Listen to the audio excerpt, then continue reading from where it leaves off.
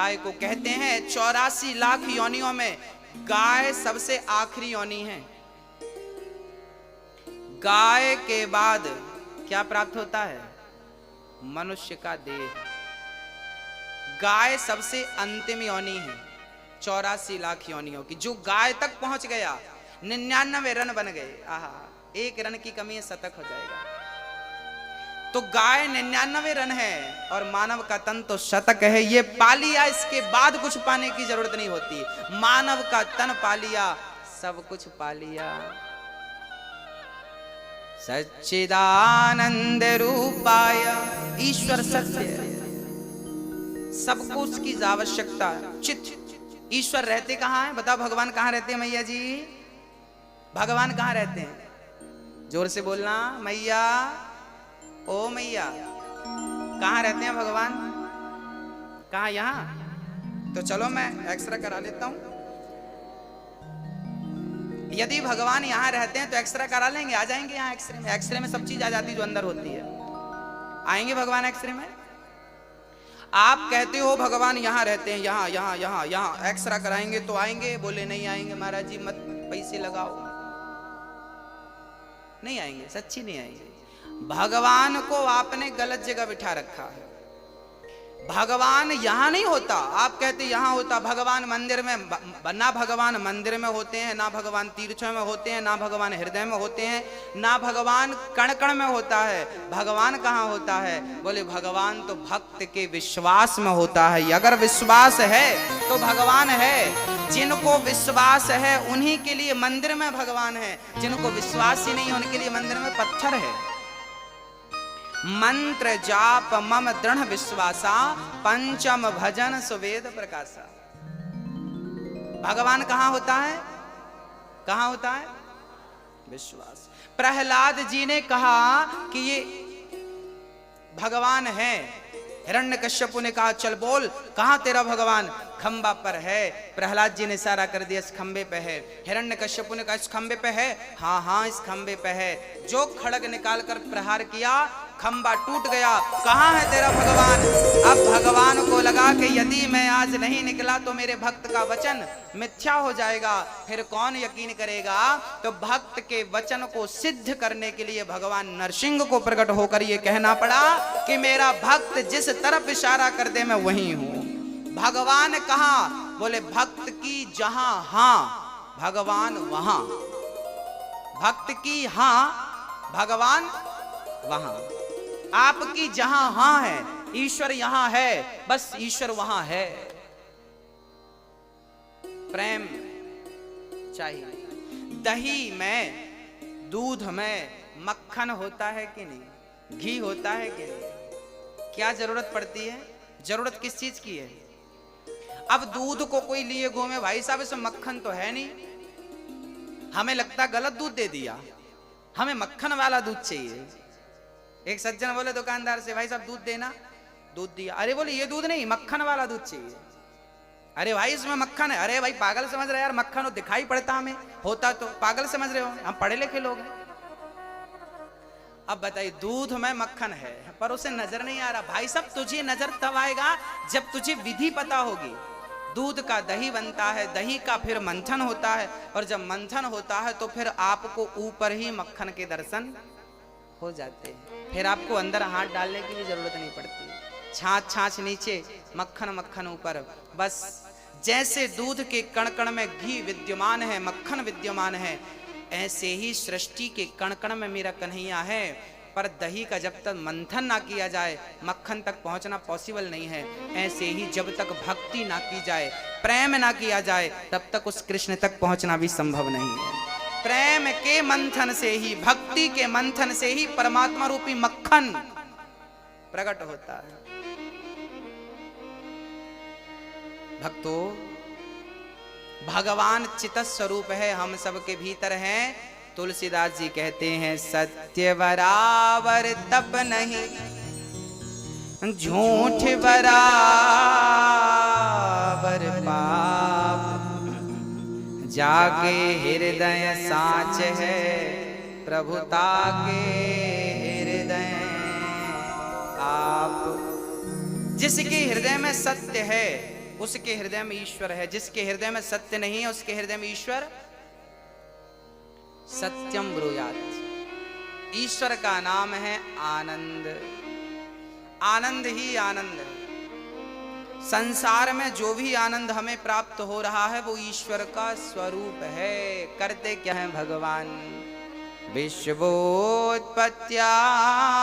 Hathaway, विश्व की उत्पत्ति करना, पालन करना, ये मेरे कन्हैया का नित्य का काम है। हाँ, ये दुनिया को बनाना, ये दुनिया को बनाना, बना के फिर चलाना, बस इसी का काम है। बड़ा जबरदस्त इसका इंतजाम है। ये दुनिया को बनाना, बना के फिर चलाना, बस इसी का काम है। बड़ा जबरदस्त इसका इंतजाम है। ये कन्हैया का काम है, हमें बनाना, हमें जन्म देना। माँ के गर्भ में 9 महीने तक हमें बनाया, फिर हमें बाहर किया। जब दांत न थे तब दूध दिया। देखिए भगवान की कितनी बढ़िया परवरिश है हमारे लिए। जब दांत न थे तब दूध दियो, अब दांत दियो तो को अन्न भी दे हैं। जल में छल में पशु पक्षिन की, सबकी सुधि लेते हैं, तेरे हूँ ले हैं। जान को देते अजान को देते, जहान को देते वो तो को भी दे हैं। रे मन मूर्ख सोच करे क्यों, सोच करे कछु हाथ न आए। जब दांत नहीं थे तब पीने को दूध दिया, अब दांत दिया है तो चिंता ना कर, पेट भर भोजन देगा ही सही। वो भूखा घुमा सकता है पर भूखा किसी को सुला नहीं सकता। ये भगवान का काम है, सृष्टि बनाना, पालन करना। एक रूप में भगवान, विष्णु के रूप में भगवान सृष्टि को पालित करते हैं, पालन करते हैं। ब्रह्मा रूप में उत्पन्न करते हैं, शिव रूप में संहार करते हैं। तापत्रय विनाशाय कहते हैं, जो भगवान की शरण में होता है जीवन में कभी दुख नहीं आता। कोई तन दुखी, कोई मन दुखी, कोई धन बिन रहते उदास, थोड़े थोड़े सब दुखी, सुखी राम के दास। संसार में सब दुखी हैं, कौन सुखी है? केवल भगवान के भक्त, वो सुखी है। इसलिए उनके वन कर रहिए। ऐसे भगवान राधा कृष्ण सहित, कृष्ण को राधा सहित श्री कृष्ण को श्री कृष्णाय वयम नुमः, हम उन्हें नमस्कार करते हैं। बोलिए कृष्ण कन्हैया लाल की।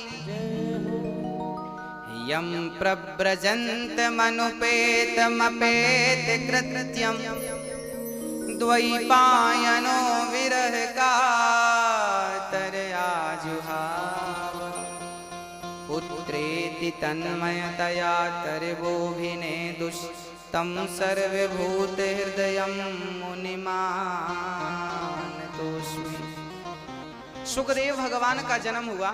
अच्छा, भागवत जी सबसे पहले किसने किसको सुनाई आपको विदित है? श्रवण करिए। ये भागवत कितनी बड़ी है मैं आपको बताता हूं। भागवत में श्लोक कितने हैं? 18,000। कितने श्लोक है मेरी माँ? अध्याय कितने हैं? 335। स्कंध कितने हैं? 12, 12। भागवत सबसे पहले किसने किसको सुनाई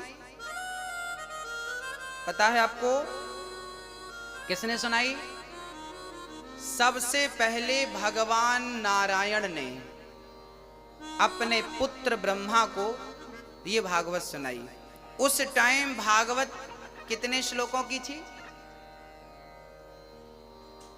आप कभी गंगोत्री जाएं, यमुनोत्री जाएं, या मां नर्मदा के उद्गम स्थल जाएं, अमरकंटक, तो जहां से गंगा निकलती है, यमुना निकलती है, नर्मदा मां निकलती हैं, पता है वहां पर ना वो बहुत छोटी सी होती है।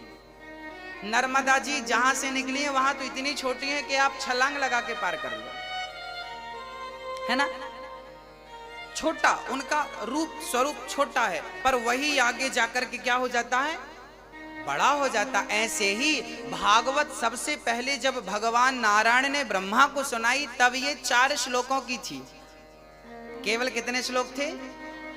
अहमेवास्मेवाग्रे नान्यद यद सदसत्परम पश्चादहं यदेतच्च यो वशिष्येत सोऽस्म्यहम् ऋतीर्थं यत् प्रतीयेत न प्रतीयेत चात्मनि तद्विद्यादात्मनो मायां यथा भासो यथा तमः यथा महान्ति। 4 श्लोकों के बड़े सुंदर शास्त्रों में हमारे गुरुजनों ने वर्णन किए हैं। फिर वही 4 श्लोक ब्रह्मा जी ने अपने पुत्र को सुनाया, देवर्षि नारद जी को। फिर वही 4 श्लोकों की भागवत जी नारद जी ने वेद व्यास जी को सुनाई। तो वेद व्यास जी ने सोचा कि भाई 4 श्लोक हम तो समझ सकते हैं, पर संसार के तुच्छ प्राणी अज्ञानी लोग सूत्र की भाषा नहीं जान सकते, इनको विस्तार करके बताना पड़ेगा कोई भी बात, तब ये जानेंगे। तब उन 4 श्लोकों की व्याख्या कर दी श्री व्यास जी ने, विस्तार कर दिया, इसलिए उनका नाम भी पड़ गया वेद व्यास, विस्तार करने के लिए। वेद व्यास जी का यथार्थ नाम है द्वैपायन। क्या नाम है? द्वैपायन। व्यास जी का नाम है द्वैपायन। उनका नाम जब वेदों का विस्तार किया, भागवत आदि का, उनका विस्तार के कारण नाम पड़ गया वेद व्यास। व्यास मीन्स विस्तार। विस्तार को, अधिक को संस्कृत में व्यास कहते हैं। तो वेद व्यास नाम। अच्छा, वेद व्यास जी के पुत्र हुए हैं। एक बार क्या हुआ, भगवान शंकर अपनी पत्नी माँ, हमारी माँ पार्वती से कहा, देवी आज आप बड़ी उदास हो। पार्वती ने कहा, प्रभु मुझे चिंता सता रही है, मैं आपसे बिछड़ना नहीं चाहती, मैं मरना नहीं चाहती, कुछ ऐसा करो कि मैं मरूं ना, क्योंकि मैं पिछले जन्म में मर गई थी, आपसे दूर चली गई थी, मुझे बिल्कुल अच्छा नहीं लगा। अच्छा, पार्वती पिछले जन्म में क्या थी? माता सती। सती दक्ष के यज्ञ में गई, जलकर भस्म हो गई, फिर बाद में वो क्या बनी? पार्वती। अब माता पार्वती ने कहा, प्रभु मैं आपको एक पल के लिए भी छोड़ना नहीं चाहती। शंकर जी बोले, तो फिर पार्वती ने कहा, प्रभु अच्छा ये बताओ, मैं तो कई बार मर चुकी, आप कितने बार? शंकर जी बोले, हम तो एक ही बार पैदा हुए हो, तब से आज तक है, हम बार बार पैदा नहीं होते, हम मरते हैं। भाई जो मरेगा वो पैदा होने की उम्मीद, मरेगा ही नहीं, सवाल ही नहीं खड़ा होता दोबारा पैदा होने का। पार्वती जी ने कहा, आपने कभी मरे ही नहीं आप? शंकर जी बोले, क्या चाहती हो हम मर जाएं? पार्वती जी बोली, हम नहीं चाहते कि आप मरें, पर ये बताइए कि आप कभी नहीं मरते, इसका राज क्या है? शंकर जी बोले, हमने अमर कथा सुन रखी है, और जो अमर कथा श्रवण कर लेता है वो कभी मरता नहीं, मृत्यु के चक्कर से सदा सदा के लिए मुक्त हो जाता है। पुनरपि जननम पुनरपि मरणम पुनरपि जननी जठरे शयनम भज गोविंदम गोविंदम भज मूढ़मते। आद्य शंकराचार्य जी ने कहा है कि जो गोविंद का भजन करता है, जो गोविंद की शरण में रहता, भज गोविंदम गोविंदम भज मूढ़मते। मूढ़मते मतलब हम, मूढ़मते मतलब अज्ञानी लोग है, अज्ञानी लोग। तू गोविंद का नाम जप, इसलिए जप ताकि तू यदि जपेगा तो आने जाने के चक्कर से, पुनरपि जननम पुनरपि मरणम, इस चक्कर से सदा सदा के लिए तू मुक्त हो जाएगा। पार्वती जी से शंकर जी ने कहा, मैंने उस नाम को बहुत जपा है, कथा सुनी है, इसलिए मैं मरूंगा ही नहीं। 7 दिन बाद राजा परीक्षित से सुखदेव जी ने यही पूछा, राजन क्या आप मरोगे? परीक्षित ने कहा, प्रभु मैं तो आत्मा हूं, आत्मा अविनाशी है, कभी नहीं मरती। जो भागवत सुन लेता है वो अपने स्वरूप को जान लेता है, वो इस बात को जान जाता है कि मैं कभी मरूंगा ही नहीं, क्योंकि वो अपने आप को शरीर नहीं आत्मा समझने लगता है। इसलिए शंकर जी ने कहा, देवी, पार्वती जी ने कहा, तो हमें भी वो कथा सुनाओ जिससे आप मरते नहीं हैं। शंकर जी बोले, चलो। अब शंकर जी पार्वती को लेके अमरनाथ चले गए। अमरनाथ के जंगल में डमरू बजाई, सारे पशु पक्षी भाग गए, पर एक छोटा सा शुक मीन्स तोता। अच्छा, ये तोता कौन था? जब राधा जी धराधाम में लीला करने आई, आज शायद बात होगी आपके बात होगी आज या कल, आज कहां कहां चलेंगे मैं आपको बता। अच्छा, मैं 2 दिन की रूपरेखा बता देता हूं। इन 2 दिन में हो सकता कुछ जगह आज जाए, कुछ जगह चले, इसलिए मैं समझा देता हूं। हम लोग 84 कोस की परिक्रमा में भांडीव वन चलेंगे, है ना? कहां चलेंगे? भांडी वन में क्या हुआ था? भांडी वन में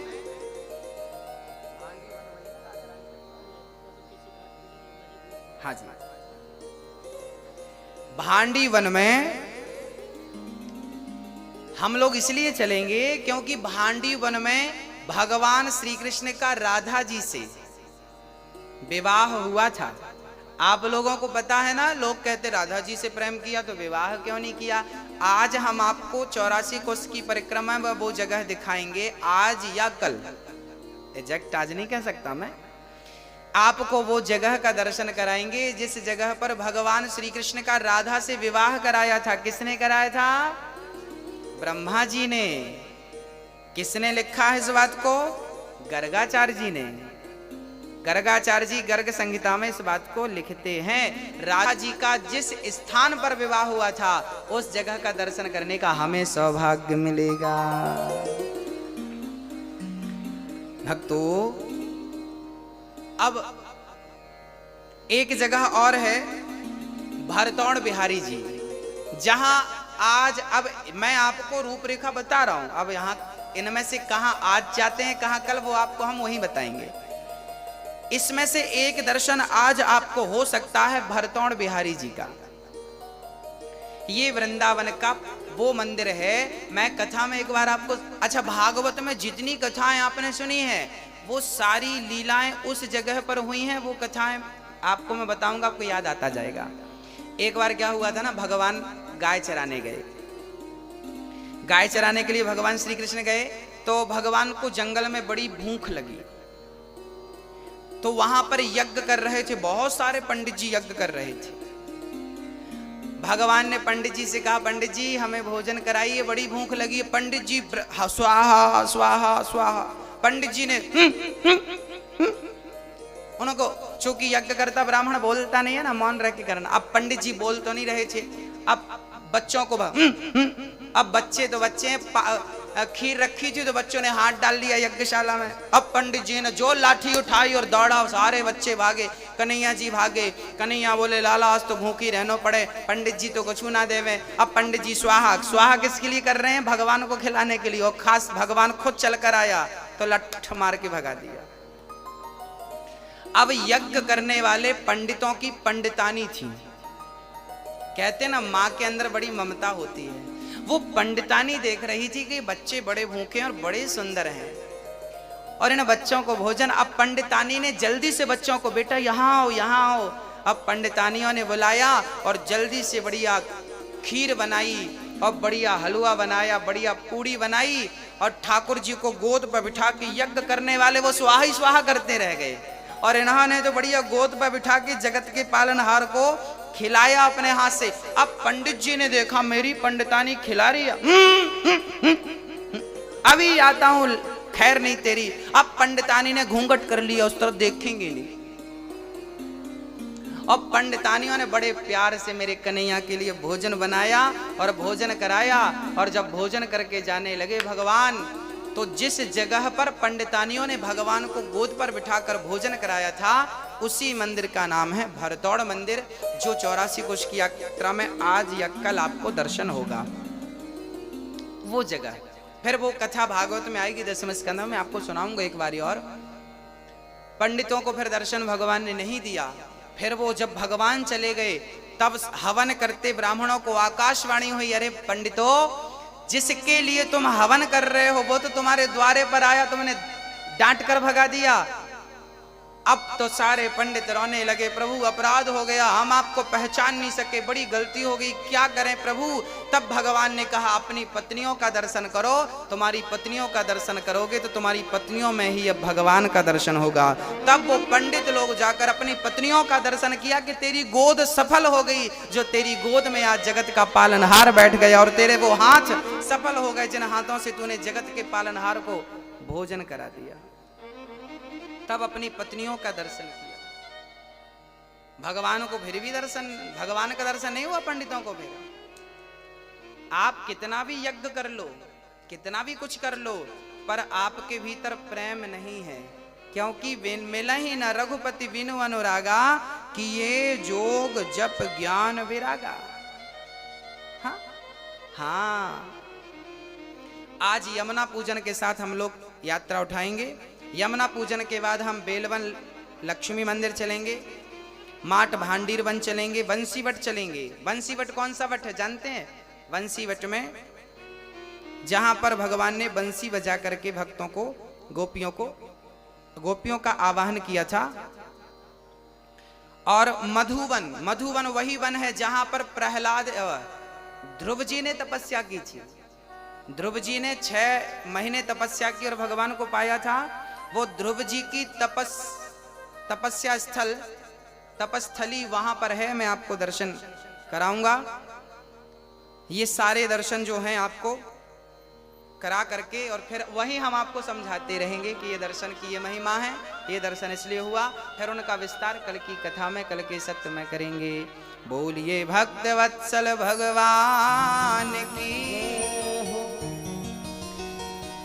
अब श्री पार्वती मैया, ये सुखदेव भगवान जी राधा रानी के चरणों के दास थे। जब राधा जी लीला करने आई तो राधा जी से तोते ने कहा कि माँ मैं भी आपके साथ चलना चाहता हूँ। राधा जी बोली आप जाएंगे तो वहां पर आपका भी कोई कार्य नहीं है, जब मैं लीला पूरी करके आऊं तब आप जाना।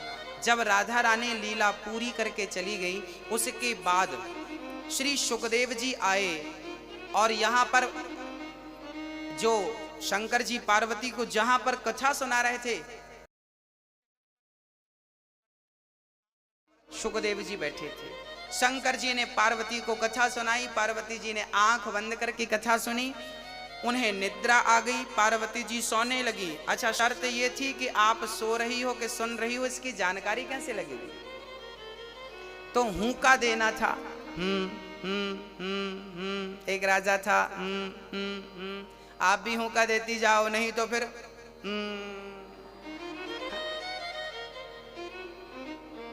बोलो राधे। आप लोग भी हुंका देते जाना, थके हैं आप लोग, नींद आ सकती है। शंकर जी हुंका सुनते गए। अच्छा, पार्वती जी सो गई ना तो तोता हुंका देना शुरू कर दिया। और जब तोते ने हुंका दिया, कथा पूरी हुई, शंकर जी ने जयकारा लगाई, बोलिए वृंदावन बिहारी। अब उनकी नींद खुली। पार्वती जी ने कहा स्वामी जी आगे क्या हुआ, फिर क्या हुआ? शंकर जी ने कहा कथा तो पूरी हो गई, आप कहाँ थी? मैं सो गई थी। अच्छा, तो फिर हुंका तो बराबर मिला, जवाब किसने दिया? अब शंकर जी ने पलट कर देखा तो तोता बैठा था। शंकर जी ने त्रिशूल निकाला, चोरी से तुमने कथा सुनी। त्रिशूल निकाल कर दौड़े। व्यास जी की पत्नी मासिक धर्म से निवृत्त होकर के अपने केस सुलझा रही थी। वो तोता दौड़ता हुआ आया, उड़ता हुआ और माँ के गर्भ में, व्यास जी की पत्नी के मुख से गर्भ में चला गया। शंकर जी ने कहा देवी हमारा चोर तुमने अंदर स्थान दिया है, अपने गर्भ में जल्दी से निकालो। व्यास जी की पत्नी ने कहा शंकर जी आपका चोरी क्या हो गया? आपके पास ऐसा क्या है कि कोई चुराएगा? चोर सारे मंदिरों में जाते हैं, शंकर जी के मंदिर में नहीं जाते। चोरों को शंकर जी के मंदिर में मिलेगा ही नहीं। और शंकर जी भी बड़े भोले भाले हैं। एक बार एक चोर शंकर जी के मंदिर में पहुंच गया, कुछ नहीं मिला तो शंकर जी के ऊपर घंटा लटक रहा था, टन टन टन बड़ा। चोर को लगा यार इसको बेचूंगा तो मिल जाएगा 2-4 हजार रुपए। अब घंटा निकालने लगा पर शंकर जी के ऊपर कोई चेयर वगैरह नहीं थी कि पांव छड़के निकाले। अब कुछ था नहीं तो उसने शंकर जी की पिंडी पर, शिवलिंग पर, शंकर जी पर खड़ा हो गया और शंकर जी के ऊपर खड़ा होकर घंटा उतारने लगा तो शंकर जी प्रकट हो गए। बेटा दुनिया पुष्प चढ़ाती है, आज तूने अपने आप को चढ़ा दिया, मैं बहुत प्रसन्न हूं, बोल क्या चाहता। पर चोर की बुद्धि भी भ्रष्ट थी। चोर ने कहा कुछ नहीं चाहता, घंटा उतरवा दो बस। ये घंटे पे हाथ लगवाओ तो ये उतर जाए, तो 2-4 हजार का काम बने। जो सत्संगी नहीं है उससे मांगना भी नहीं आता, याद रखिएगा। मांगना भी सबको नहीं आता, पता है। हम लोग तुच्छ सी चीजें मांगते हैं। भगवान के सामने, भगवान के दरबार में जाकर कभी छोटी छोटी चीजें नहीं मांगनी चाहिए। क्या मांगना चाहिए? हाँ मैया, क्या मांगना चाहिए? भगवान से कभी कुछ नहीं मांगना चाहिए। कन्हैया हम तुझसे मांगने नहीं आए, हम तुझसे तुझको मांगने आए हैं, आपसे आपको मांगने आए हैं। हम आपसे चाहते हैं, आपको चाहते हैं, आपसे नहीं चाहते। हम आपसे क्या करेंगे चाह करके? हमें कोई चाह नहीं है, इच्छा नहीं है। हमें सब तो दिया मेरे बिहारी जी ने, बिना मांगे दिया। अब क्या चाह बताओ? वृंदावन का वास दे दिया 7 दिन के लिए, और क्या चाहिए? यहां पर तो हमारे रसिक भक्त कहा करते हैं कि प्रभु नाली का पानी पीना पड़े तो मैं नाली का पानी पी लूं, भक्तों का जूठन खाना पड़े, आप पत्तल में खा के जो फेंक देती हो वो चाटना पड़े, खाना पड़े, मैं वो खा लूंगा, पर